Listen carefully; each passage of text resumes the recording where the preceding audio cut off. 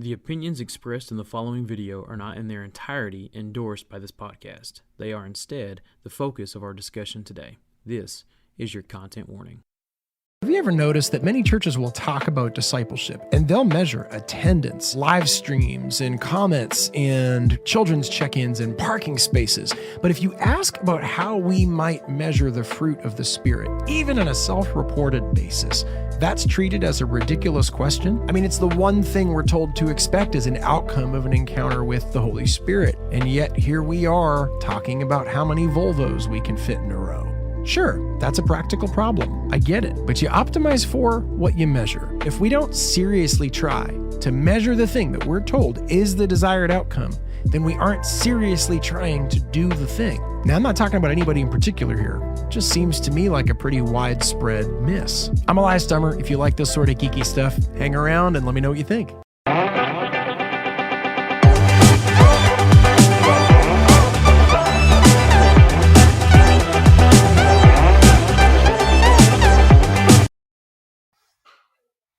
And we're going.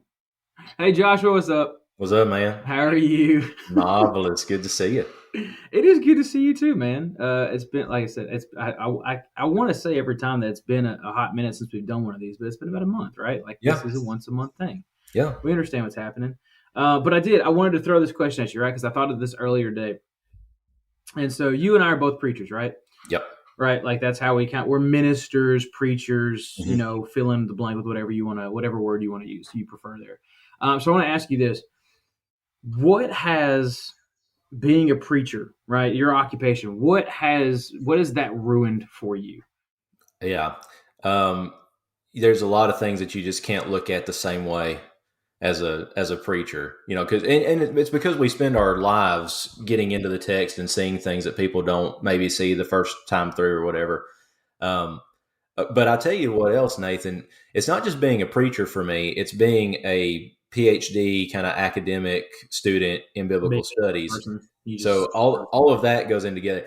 Doing all that stuff has ruined like biblically themed movies and TV shows. See, I knew you were going to go that route. I knew you were going to go that route.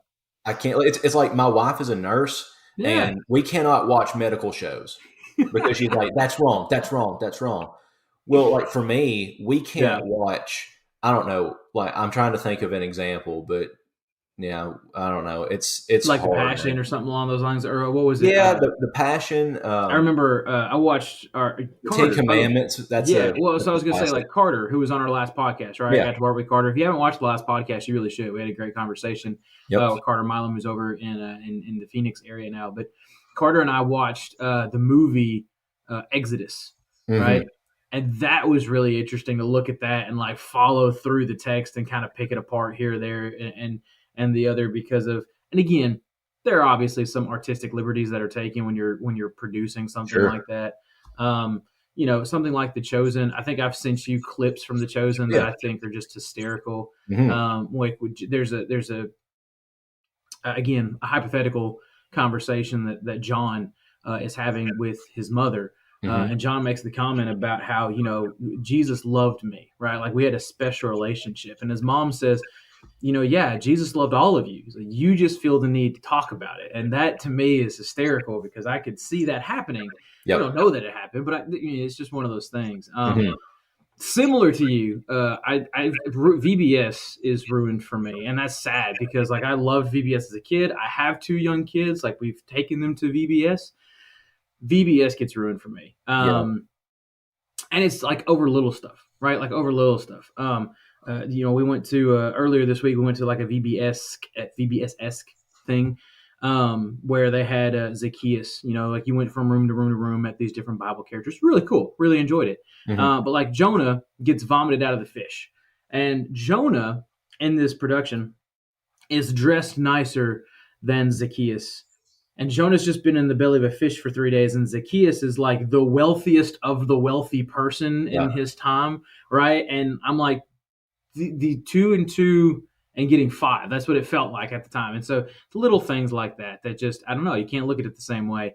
And you can call it an occupational hazard, I guess, if you wanted to. But I think everybody goes through that, not just preachers. Like you mentioned with Kayla, you can't watch. We had really good friends in Tupelo, and he talked about that all the time. Like he can't watch medical dramas in any way, form, or fashion.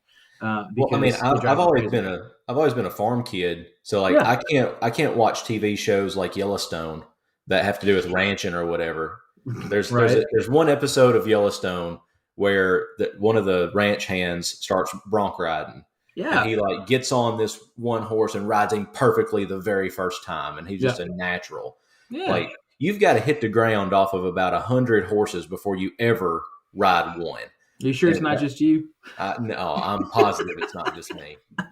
I hit the ground on 200 horses. I got you. Okay. I understand. It's always funny when you look at stuff like that and you kind of compare that to real life. And again, not to be down on what is it, artistic liberties, so to speak, but it is something that I think is kind of interesting. So there you go, fun little icebreaker. Let us know in the comments of this, whether you're on Spotify or YouTube or wherever you happen to find this. Facebook, we kind of post to a lot of different places, but let us know what has your job ruined for you, right? People used to tell me all the time.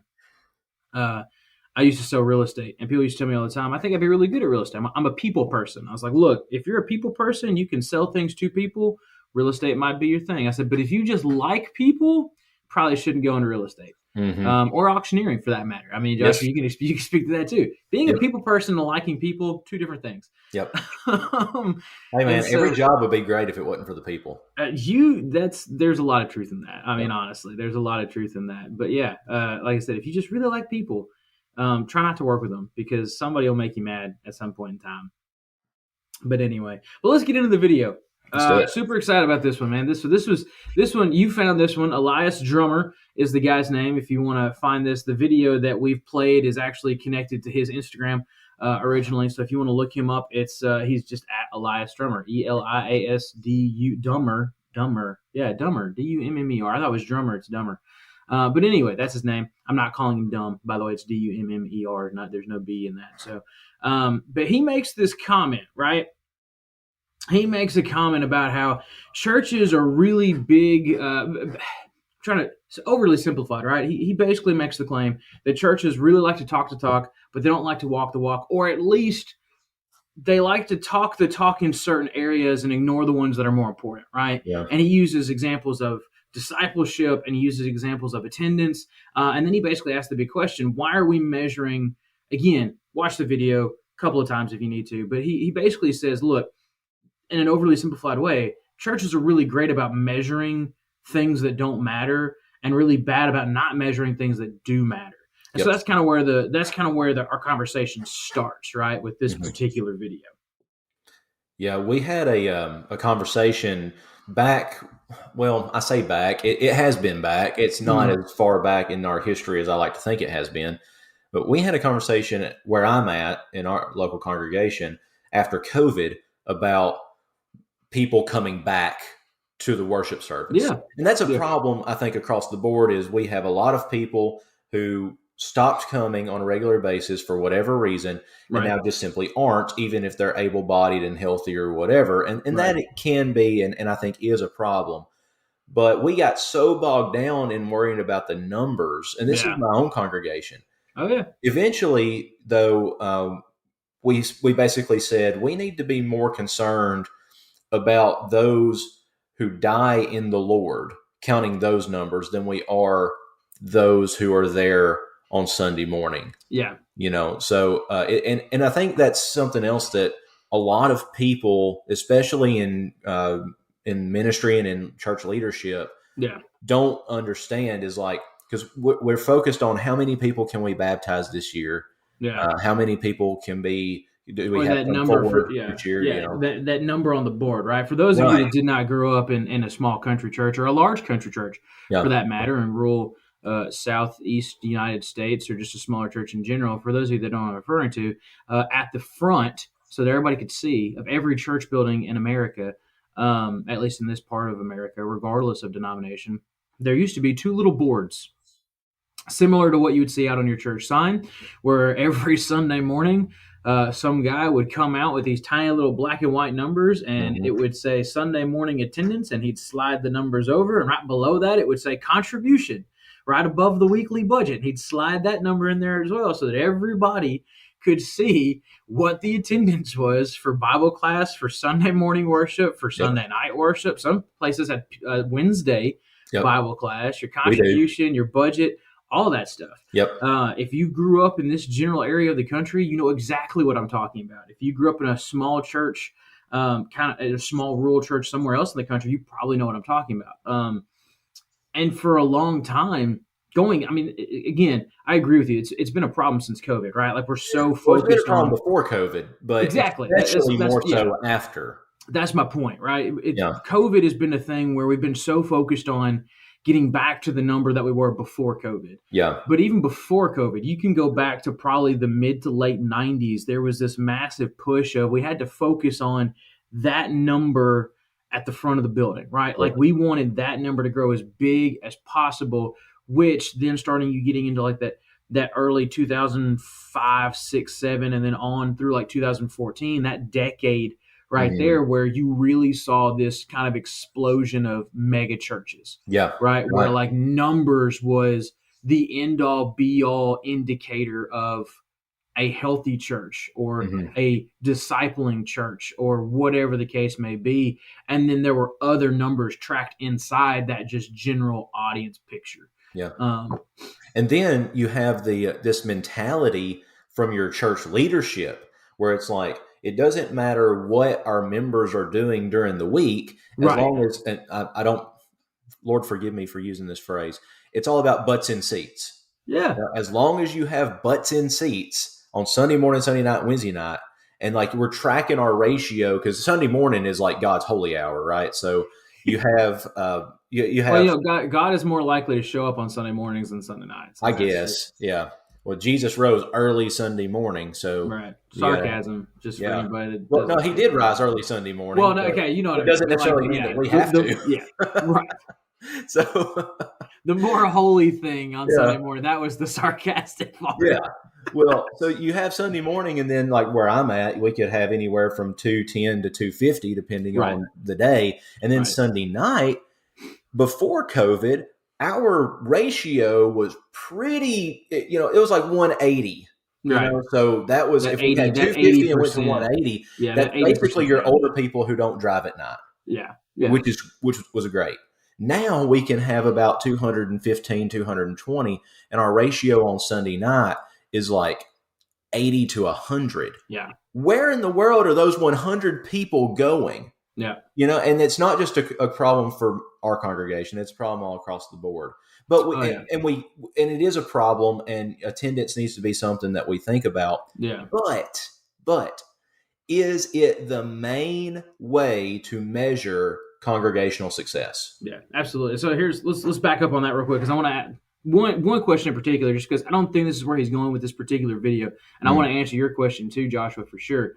But the one thing that I do want to kind of get out the way first is, before we get too far into this, because we're going to say a lot of stuff about what you should measure, right? And the things that should be prioritized. But I want to start with this question. Is it bad to measure those things, quote unquote? I'm doing air quotes. If you're listening to this instead of watching it, to do the air quotes. Is it bad to measure those things? Like, is it bad to measure attendance numbers or Bible class numbers or Wednesday night numbers? I don't think so, because I've seen this, right? I've seen this happen in other ways where what happens is congregations refuse to look at numbers, period, right? They're like, we don't care what the number is. We just want to notice who's here and who's not. Right. And the numbers help you do that, to be honest. Sorry? The numbers help you do that.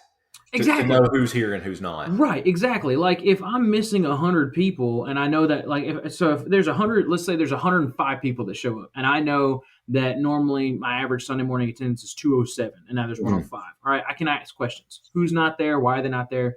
This, that, and the other. Because what happens is, when you refuse to look at numbers, period, what happens is, inevitably, I don't care how big you are, how small you are, how on top of it you think you are, inevitably, somebody falls through the cracks. And more and more and more people will start falling through. If you're not worried about numbers at all, more and more people will start falling through the cracks, and then they'll start feeling like they're being ignored or forgotten or not cared about because they haven't been there in 4, 5, 6 weeks and nobody's done anything to help. Right. And so I don't think, and again, I don't think this is where Elias is going with this video in particular. Because he never makes that comment, right? He never says it's bad that churches focus on numbers. Yeah. And I certainly wouldn't make that argument either. I do agree with the premise, though, that there are things more important, worth measuring more, right? That you're going to emphasize, right? Like if you're hitting 200 on a weekly basis, I don't know, like, and like you want to hit 250. I don't know that should be the primary focus, right? We've got to figure out a way to get to 250 as opposed to, we've got to figure out a way to feed the 200. Does that make sense? Yeah. And there's something else about that too. Like there's a motivation within us to want to have the numbers because numbers validate. So if you're a congregation of 250, 300, 1,000, whatever, that's the congregation that people like. They probably like the singing, they like the preaching, they like the activities that are going on there. And that's a fine thing if those things are profitable. Right. A lot of congregations that have 1,000 people may not be profitable. Right. Because they may be preaching a prosperity gospel or not all the truth or whatever. And let's get real. Like I said, look, there's places for both. But if we're getting real honest and real vulnerable, I'll speak for me, let Josh will speak for him. As a preacher, just putting it out there. I'm not saying this is where our priorities are, but if you get a chance to speak in front of 1,200 people, feels kind of good. Yeah. When you speak in front of a group of 1,200 people, as opposed to if you walk into a Bible class with 3. Yeah. Now, conversation may be deeper with those 3 people. Sure. You may do a lot more good with those 3 people, and those are things that need to be focused on. But from just a preacher perspective, it feels good when you get to talk to more people. Like, and again, part of that is just tied on to the general, again, kind of growing, and maybe Joshua and I are probably more liking this than we realize it. But growing up, in that kind of theater-esque background, right? Again, not that we're trying to be showy as preachers, but there's just something about being able to perform perform maybe not the right word, but from an acting perspective, right? There's something about being in front of a sold-out house as opposed to just parents, right? Yeah. And it feels good. It feels good when there's more people to tell you that you did a good job, or maybe you spoke to 1,200 people and all 1,200 told you did a bad job. Maybe your mindset would change on that a little bit. But going back to our video, there are congregations that have 1,000 people, 1,500 people, whatever. And then there are congregations that have 30. And I would argue that the scriptures are being studied more diligently and are being lived more diligently in some of those 30-member congregations than they ever would be in 1,000. And that's not a matter of number. The number is a reflection of why people are going. Right. And part of the reason all these people want to go to all these congregations is because, like what Paul tells Timothy, I think it's in 2 Timothy 4, is that people are going to turn aside to itching ears. Right. They want to hear what they want to hear. They don't want to have the truth of the gospel and the truth of the word preached to them. They want to hear what makes them feel good. Right. And sometimes, not all the time, there are several larger congregations that do teach the word. Right. But many times the size, unfortunately in today's world, I think the size of a congregation can be a reflection, not always, but can be a reflection of whether or not the truth is being spoken there. Yeah. And I would agree with that to an extent. In both ways. Right. If you've got a congregation of 30 people, maybe the truth isn't being spoken there. Right. And that's why there's nobody there. Going somewhere else. So number is an indicator, but it's not always an indicator of what you think it is. Right. And that's kind of what I was going to say. There's always, I'm trying to think the best way to say it. There are reasons that congregations are big in the way that they're big, and they're not always bad reasons, right? Like, you look at a congregation that's busting at the seams. Well, it's because parents want to be somewhere where their children can be fed, right? And maybe this church has a more active or a deeper spiritually minded youth program, or this particular congregation is focused on outreach, and that's where I want to pour my heart and effort and that sort of thing.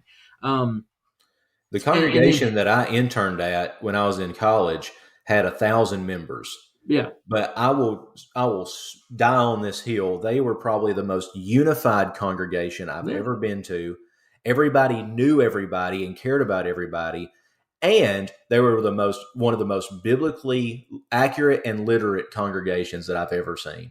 Yeah. And that's a testimony to their leadership and their ministers and people like that, 100%. And I've been to some 10, 15 member congregations preaching for them in college that all they wanted to do was be there for Bible class and worship, and they didn't care one iota about anything. They didn't care about learning or whatever. They wanted to just be there. I mean, we've been there, right? Like, we've been to those places that if you gave them the Lord's Supper during Bible class, nobody'd stick around for the sermon anyway. Yeah, that's right. I mean, that's just kind of one of those things.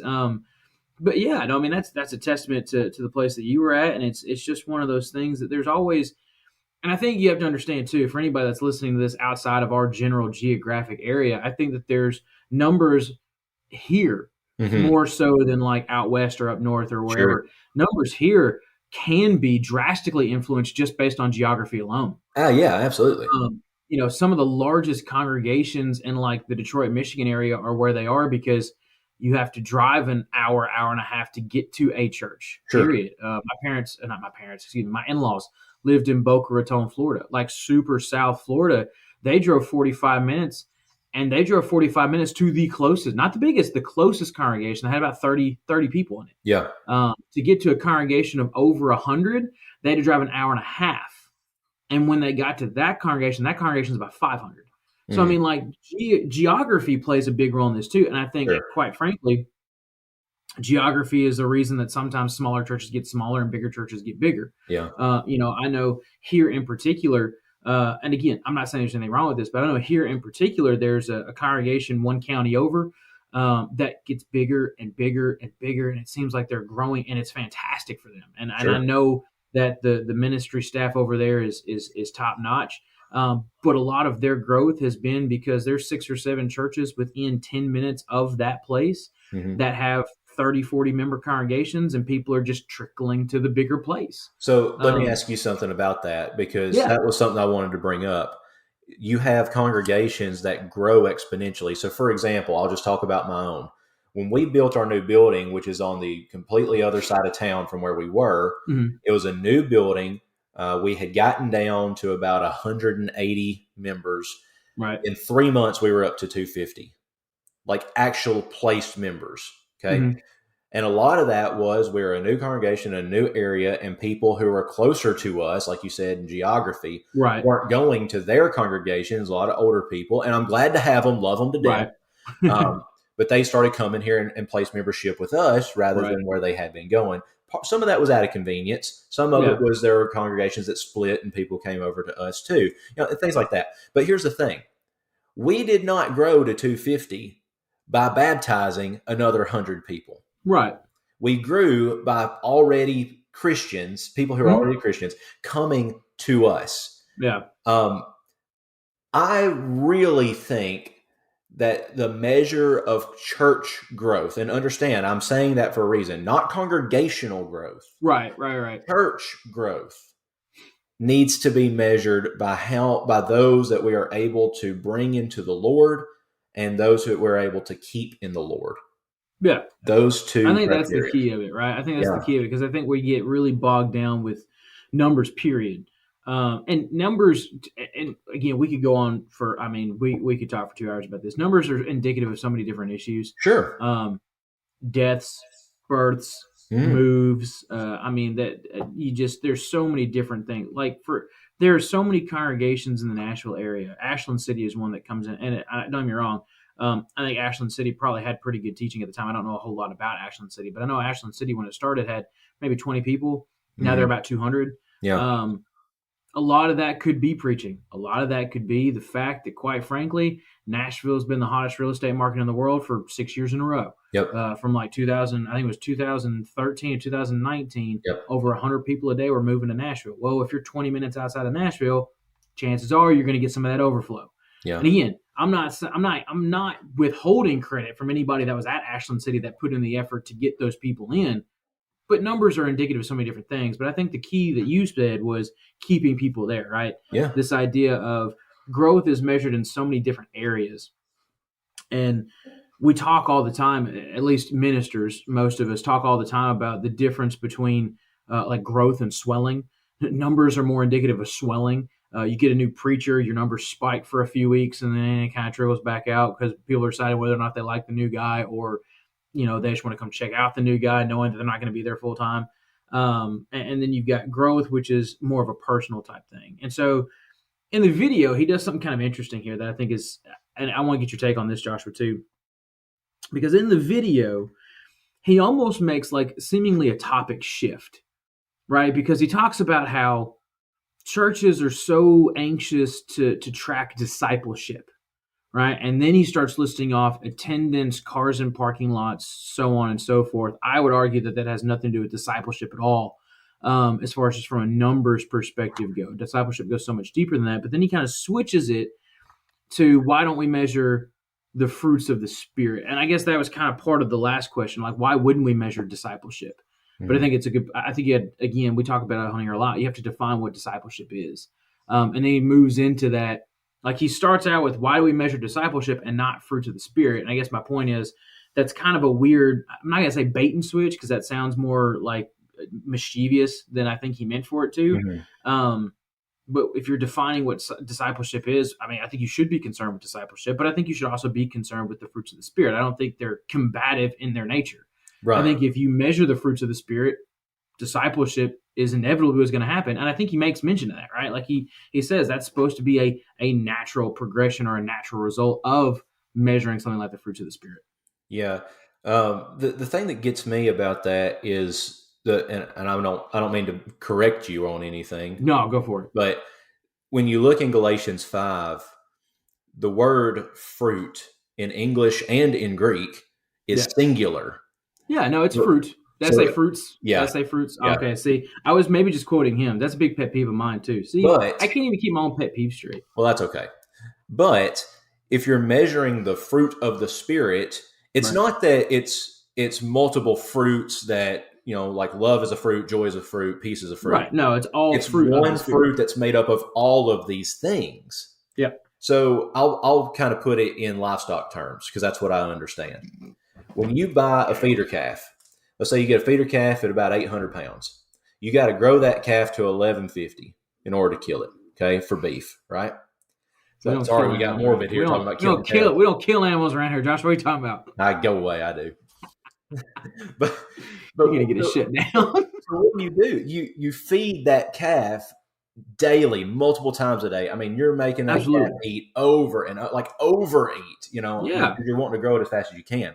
But what is it that you're measuring? I'm not measuring how much feed I'm pouring to the calf. I'm measuring how much weight that calf is gaining. Right. And so transfer that to the church and what you and I do. All we are feeders. We have the food. We have the word. We give it to the audience and they eat. Okay. A measurement of how good the audience is it's quit laughing at me. I'm serious. Not laughing. You know, when you said we're feeders, you know where my mind went. We're not going to go down that rabbit hole. We're not going to do it. We are. It is. You know, no, absolutely. I completely agree with you. I think you've got shepherds. I think you've got sheep, and I think that you and I could be most aptly described as feeding troughs, right? Yes, like we are simply there as a distribution center from what shepherds expect of us to the sheep, to the rest of the congregation, right? 100%. And again, you know where my mind was on this. Yeah, I think you're absolutely right. I think you're absolutely right. I'm not laughing at you in any stretch. But sometimes what my point is, we get bogged down in measuring the feed, you know, like, well, we haven't had a sermon series out of the Gospel of John in 6 months, so we got to do that. Or, you know, well, we got to make, like I had, well, I shouldn't probably say this. I'm going to anyways. I get some criticism sometimes as a preacher because of my delivery in certain sermons. You know me, I tend to be very straightforward, kind of blunt in sermons. You know, I don't really sugarcoat a lot. Need more of that, but yeah. So that's kind of how because I think that the word has been written perfectly, and all it needs is to be told. You know, I don't have to come in and make the word palatable.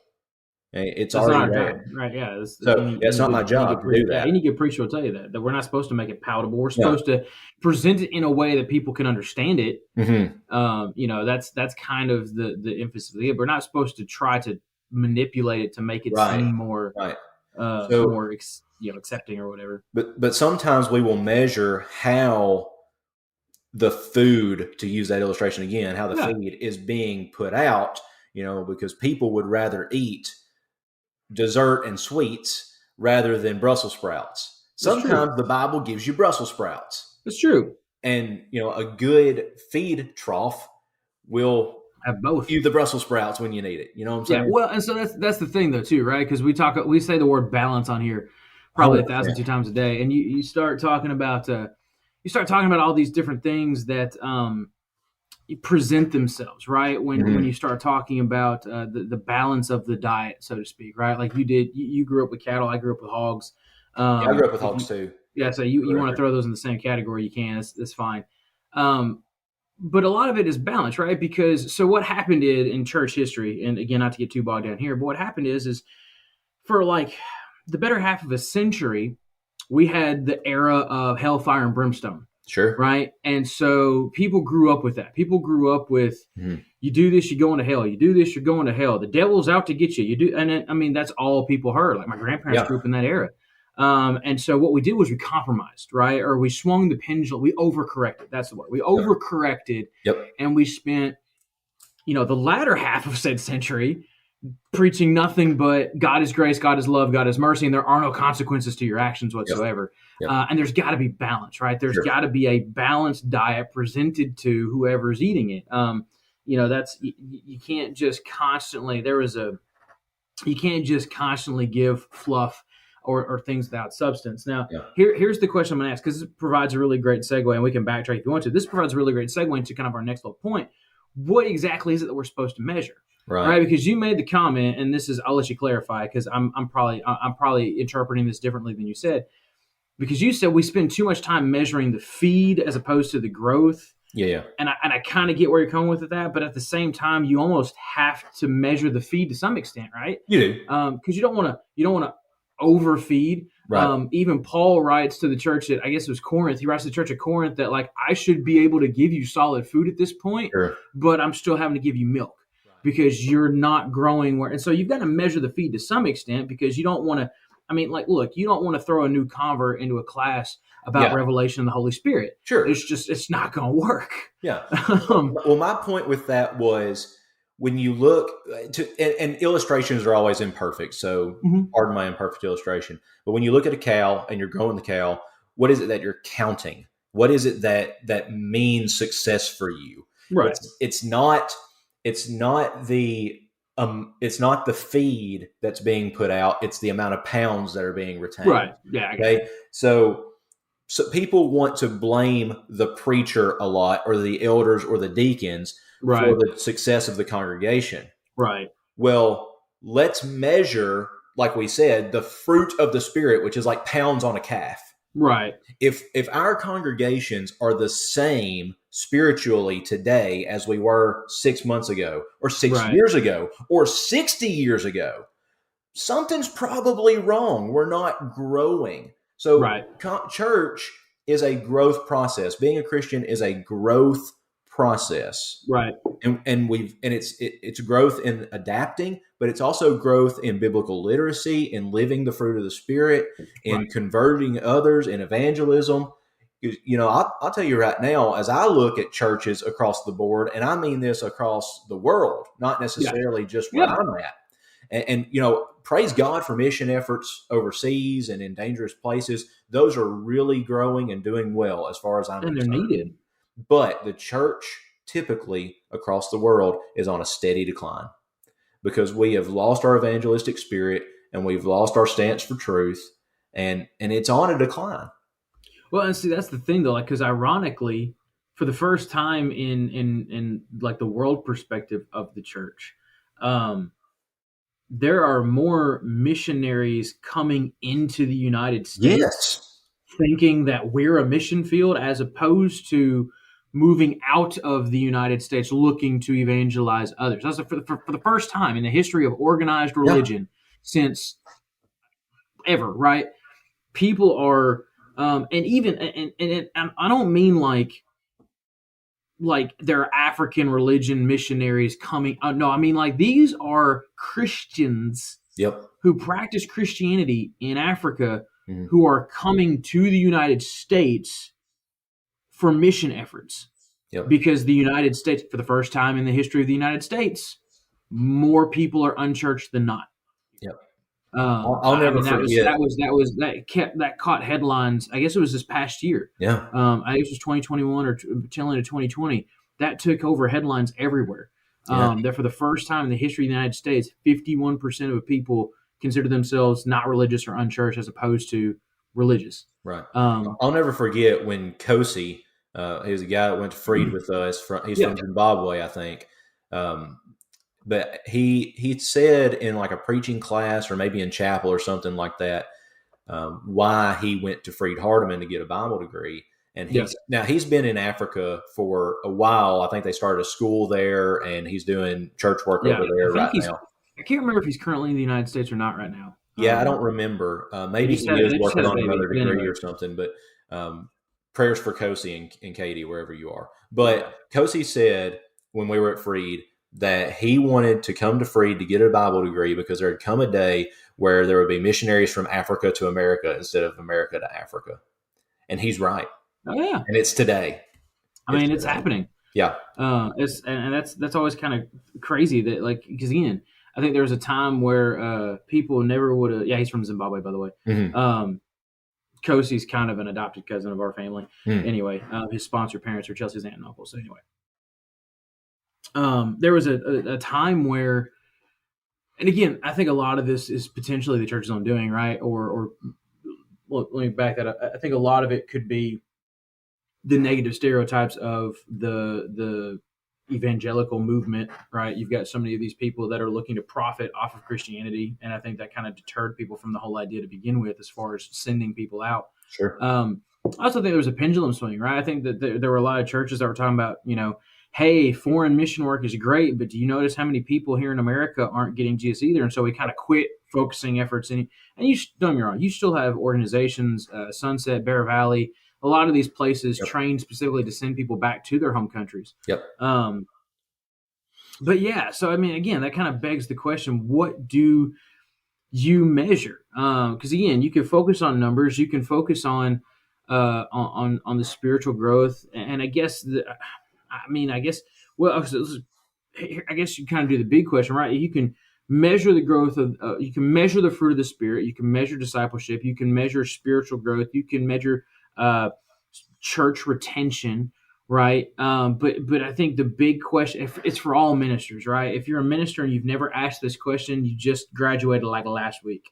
As a minister, when you start talking about success, or spiritual growth, the question that always comes up is, how do you measure that? Yeah.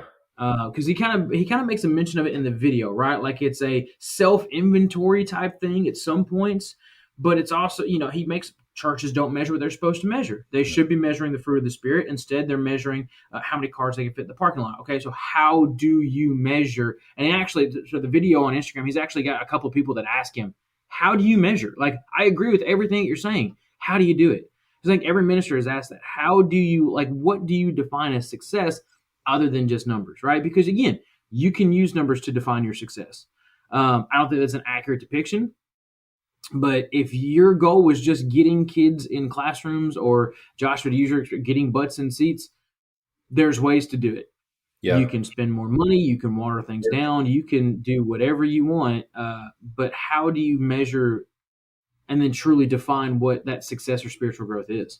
Yeah, there's also a stigma, I think, with preachers, especially preachers who are in smaller congregations, who measure their success, air quotes, right, by not using numbers. Because it's kind of like, well, you don't have the numbers, so you have to do something else, like. And I don't know one way or another whether that's right or wrong, good or bad, or what. But the question, how do you measure? I think there are a couple of things that we do not emphasize that should be emphasized in figuring out whether or not a congregation is successful. And one of those is, how many people do we have actually die in the Lord? Mm-hmm. You can baptize 1,000 people, and have 999 leave the church. Yeah. So I'm going to read this real quick because I think this is interesting. This has popped in my head, right? So this is, I'm friends with this guy. He was, I'm not going to say if he's a preacher now anyway. He was a preacher. He's moved to like a teaching at a Christian school type environment. And he made a big, long post shortly after he resigned from a work, right? I'm not going to say who it is because, again, I want this kind of stay anonymous. But this is what he says. How we judge a minister's success needs to change. This is part of this rant that these are things that he's learned through preaching. Speaking across the nation or at really big gatherings should not be a measure of success. Those events, while beneficial, are often backpacking events reserved for the inner circle of guys who love to have their pictures taken together. Young preachers especially need to stop using those moments as signs of success. Success should come from quiet moments away from the crowds, away from social media, moments where connection is genuine and intimate, and having a talent to preach may never actually get you into one of those big circles. So don't make that the ultimate goal. They don't measure success. They only really measure who your friends are and how connected they are. And I think there's a lot of truth in that, right? Yeah. Like you and I know of the, and again, there are guys that make that their end all be all goal. Like I've met guys who, not to say there's anything wrong with this particular event, but I've met guys who they know that they've made it when they get invited to speak as a keynote speaker at Polishing the Pulpit. Like that is their number one goal in ministry is to go to do that. You and I know the events and know the guys that run said events that are going to get you invited to speak. If you know the right people that are going to get you invited to speak at the big, quote unquote, big events. Yeah. If you're listening to this on a regular basis, you probably know what those things are.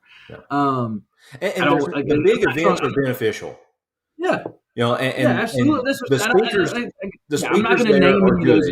Yeah, I'm not going to name any of those events because I don't want this to seem like I'm throwing shade at those things. I think those things are good. They serve their purpose. Most of the guys, I'm going to say most of the guys that speak at those things are great. Sure. There's only a handful that you leave going, I mean, they could have gotten somebody. I mean, really, and there are guys that know how to speak in those realms to those audiences. But I will say to your point, Nathan, with those type of events, the guys who are speaking at them usually are very humble and really want to get out there and do a good 100%. Job and teach. What the problem is, younger ministers like us who want to be that guy. Yeah, they want to be that guy. Right. Yeah, so we're not really talking about those guys. We're talking about the people who want to be those guys. Right. Well, and that's the thing, because for so long, and here's the part that I think is unfair, right? The part that I think is unfair about that is because we see those guys and you see younger ministers that just want to be those guys. Like I want to be, because you and I are part of the churches of Christ, right? Mm. But we're part of the Lord's church. There are guys that you know within our brotherhood that are viewed as the guy. Yeah. And there are guys that you and I know that are still to this day striving to be that guy, like that next guy, because somebody's got to be the next guy. So why shouldn't it be me? Yep. And the point is those things have to change as far as we measure success. And so here's the other part of that too. The reason that those guys got to be those guys, nobody ever gets to see the successes or how you measure how they got to that point. Yep. Right. Nobody sees the sleepless nights, the shedded tears, the things. We just see the guy who gets to be the keynote at all the big events. Yeah. And so again, I just loved that point that he made about that doesn't need to be the measure that you use of success. And a lot of those guys are successful, not because they're there, but because of what they did in the interim to get, like, that allowed them to get there. And again, I would be willing to bet that none of those guys grew up with the goal of, I want to be the guy. Yeah. And I think if you have that mentality, you're never going to get to be the guy. Yeah. That's just my opinion. Well, that's what Jesus tells James and John, you know, they want to be on his right and his left when he comes into his kingdom. And then Jesus says that, first of all, that there's going to be somebody in those spots. We're never told in scripture who it is, but we know it's not going to be James and John. Okay?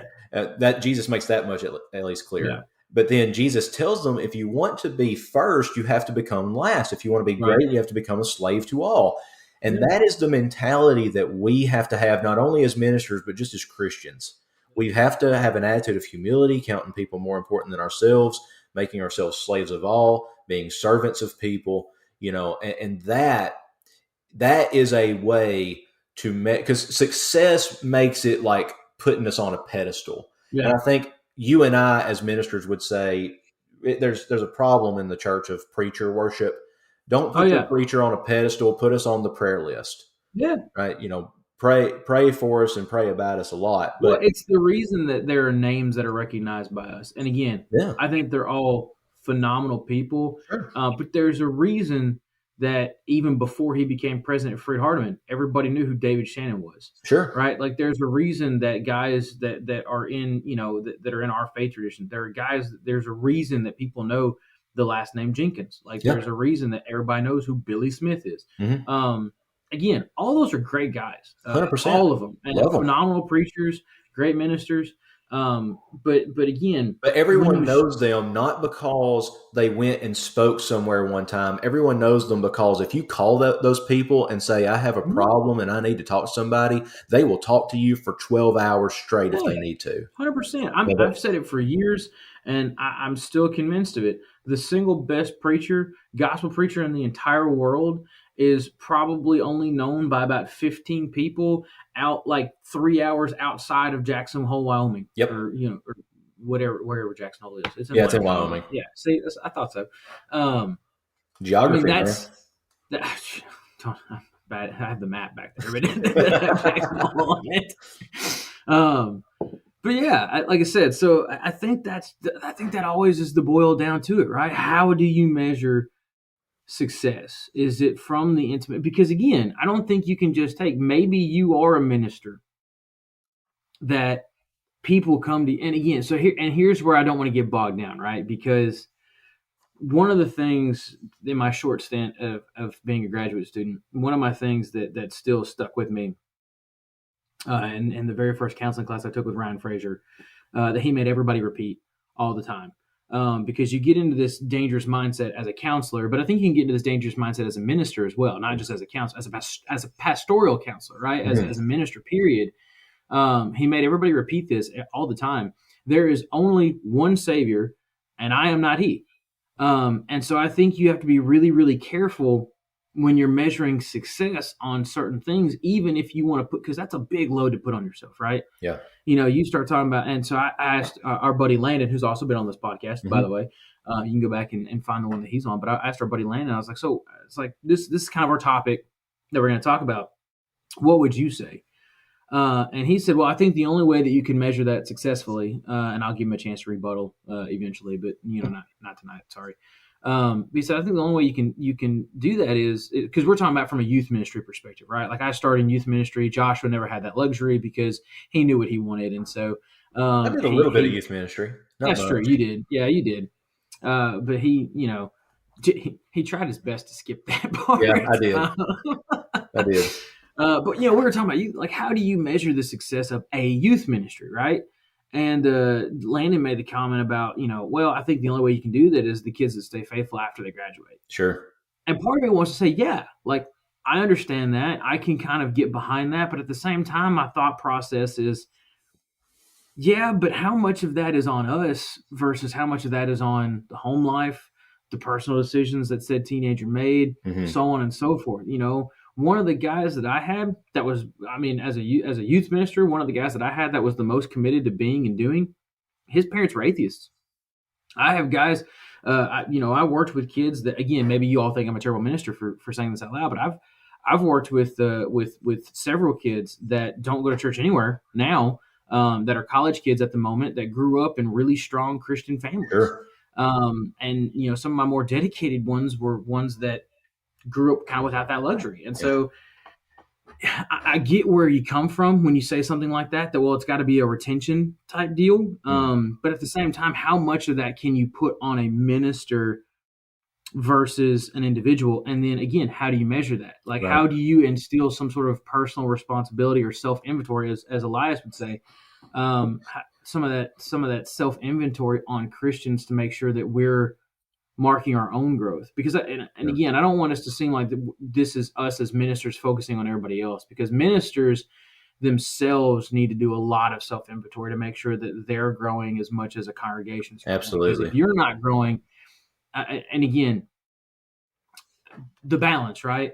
Yes, this is an individual type thing. Yes, you're judged on your faith. I'm judged on my faith. We're not, on our lives, not everybody else's. But at the same time, if you're not growing, how can you expect those that you are supposed to help feed grow as well? Sure. Right. So like, how do you measure that? Well, so just a couple of really broad spectrum things here as we're getting kind of close to our time. So yeah, well, we could go as long as we want. Hey man, 15 hours. We're ministers. We gotta wrap it up whenever the clock hits 10:02 or whatever. Well, I was about to say, you don't have 2 kids at home that you got to put to bed either. Well, that's true. Well, so a couple of broad things here.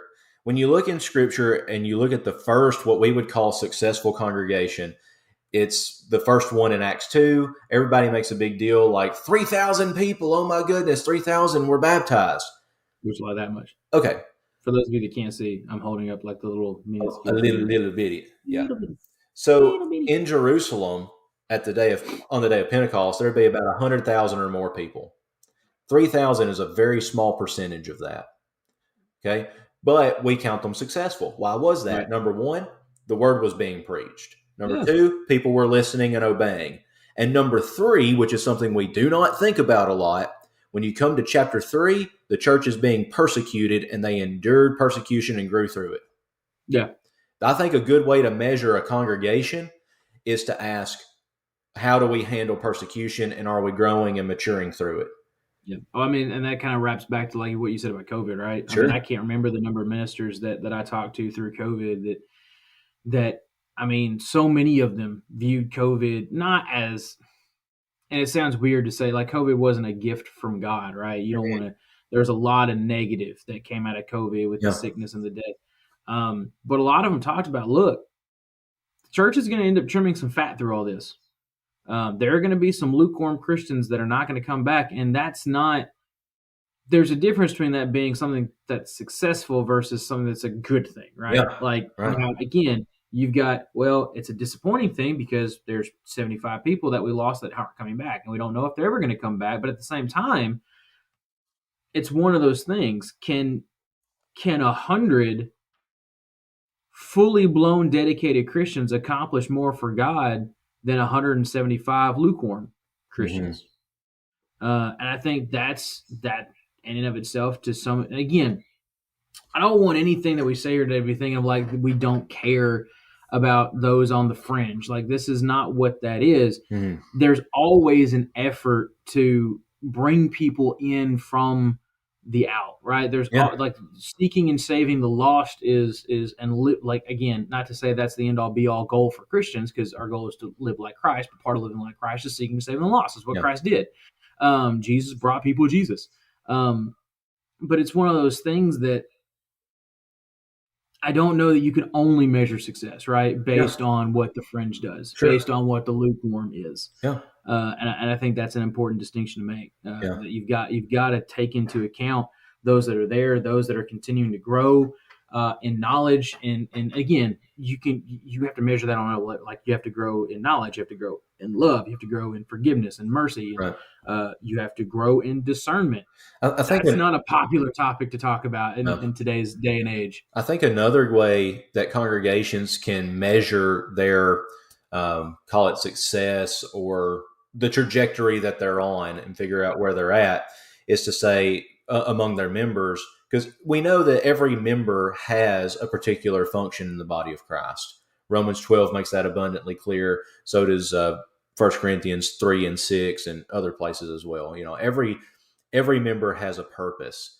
Is every member active in demonstrating his or her purpose? Yeah.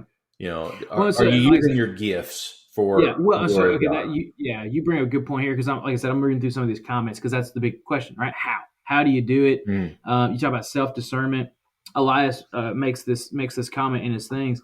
He said, my first thought is that a lot of this growth, whether it's discipleship, the fruit of the Spirit, can sometimes be best measured with self-reported data, right? Like, so if you were to say, compared to this time last year, do you believe you are more or less loving, joyful, quick-tempered, peaceful, discerning, right? Like, are you growing in those areas that are attributes of Christ, right? Like, are you and again, those things change so drastically from year to year. That's what, and again, and the reason that I love and hate self-discernment is because, one, I love it because it's a hard thing, right? Like, Sure. you better than anybody else. Yeah. You. The reason I hate it, and I've said this from the pulpit, I will continue to say it to the day I die. Nobody can lie to you the way you can lie to yourself. Absolutely. Nobody is more convincing of a liar than you are to yourself. Mm-hmm. And it's really easy to believe yourself from Yep. time to time. Yep. And that's what I think is dangerous. So, and again, I think it's almost impossible to say that there's an end all be all external factor that you look at that measures, right? That you just can't have that. Mm-hmm. But I do think that people really need to take a vulnerable look at themselves and go, where am I? Where am I going? Because I think we forget that part. Yep. I think we forget the part, because you use the livestock illustration, right? Mm-hmm. There's an end goal. You and I are both been on record as saying the end goal as Christians is not get to heaven. Absolutely. The end goal of a Christian is live like Christ. Yep. Like, be like Jesus, live and love the way that he did. If you do that, heaven's there. Like, yeah, it's there. I'm not going to call it a side effect, but it's a result. Like, that's not the goal. That's not the end all be all. And so I think that in order to measure growth or success or discipleship, measure anything, period, there's got to be a standard by which you put up there. Yeah. And for us, the standard's given to us, which I think is a big deal, but I don't think we acknowledge that enough. Right? Like, we get so caught up in using our own standard. Yeah. Like, over the next 5 years, we need to go from 200 to 400. Like, 5 years, we're going to double number. I'm like, that's a good goal to have. Mm-hmm. But you have to be able to measure growth against said goal. Yeah. And again, we talked about the problem in numbers already. Yeah. Well, I mean, just look at Jesus. He started out with 12, grew to multitudes, 5,000 plus. And then when he died, he had one. Yeah. So numbers can be incredibly misleading. Where were the 5,000 when Jesus was being crucified? Numbers can be really misleading. For sure. But again, I think that's why we're given the standard to begin with, right? Yeah. And again, not to be super discouraging or not to acknowledge the fact, I don't ever like using humanity as a crutch, but we also have to understand that we're given the standard, right? And we can measure our personal growth against that standard. But the great thing, actually, I think it's a great blessing. The great thing about our standard is you're never going to meet it. Again, people are like, well, why is that a great thing? Well, it's because you always have room for growth, right? Like, you will never get to the point where you cannot grow more. Right. It's not possible. Yep. And I love that, because, like, if you ever, I had a youth minister that said all the time, if you ever reach perfection, there's nowhere for you to go but down. Right.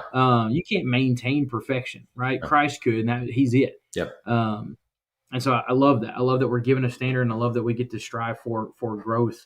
But again, I think I look at it from a congregational perspective. And again, I understand there are things that as an eldership, the view looks a little bit different. Mm-hmm. But I also love that you can look at it broad and you can look at it personal as well. Yeah. Anyway, well, what else you got? I'm out, man. That's it? Oh, man. It's so... You made the comment one time. It's so crazy that we sit here and we're like, man, I feel like it's been 10 minutes and we've sat here for 58 now. Yeah.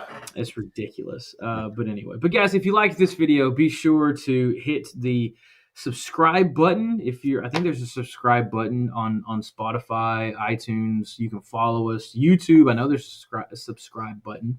Hit the notification bell so that you know every single time we release a new podcast. Hint, hint, it is the first day of every month. So that's when all these come out. We also post to Facebook, Instagram. Anywhere you find podcasts, we're there. If you want to watch the video, again, over on YouTube. If you like it, be sure to follow us. Tell all your friends, share our material. If you want us to cover a particular topic, if you find a video online that you think is just really interesting, you're like, man, I would love to hear these guys ramble about that for an hour, send it to us. We'll do it. It's fantastic. But anyway, if you're ever in Middle Tennessee, specifically Rutherford County, Call Joshua. His number, I'm just kidding. His number will not be on the screen, but you can call him up. You could probably Google him, honestly. You can call the Salem Creek Church of Christ over in Murfreesboro. He'll meet you for coffee and a quick leg workout because that's his favorite day. By the way, did it yesterday, I told myself I was going to give you a hard time because I got to listen to a sermon, and you called leg day of the devil, you weakling. It is of the devil. No, man. Dude, leg day is a gift from God. Back is from the devil. No, I'll agree with that too. Yeah. Nobody wants to work out back, but leg day, there's just something about doing, a PR with a squat bar, or in your case, dropping it on your head. That just makes you feel good. Yeah. I'm still recovering. No, we did legs 2 days ago and back yesterday. No, legs yesterday and back 2 days ago, and I am feeling it today. I love leg day. Can't stand back, but I do love. Well, and I say I can't stand back too because I play golf a lot, and so I really don't like my back being stiff and sore. So mine is today. It messes with the golf game a lot. But anyway, but arm day is tomorrow, and arm day fell from heaven in a golden parachute. Gosh, I hate arm day. Well, I don't hate arm day. It's better than a lot of things, but I don't appreciate guys that are like, yeah, let's work out arms and then spend 2.5 hours doing bicep curls. Hey, come on. It's only going to do so much for you, man. I promise you, those bicep curls, when you've got like a kid in each arm and you're trying to carry groceries in, those bicep curls are not what's doing it for you. Yep, you're right. But anyway, if you're ever in Middle Tennessee, give Joshua a call. Y'all can have that conversation for hours on end. If you're ever in West Tennessee, look me up. We'd be more than happy to talk with you guys. If you're ever looking for a church home, be sure to hit us up for that as well. Until next time, guys, we appreciate you indulging in our whatever this is. Our discussions.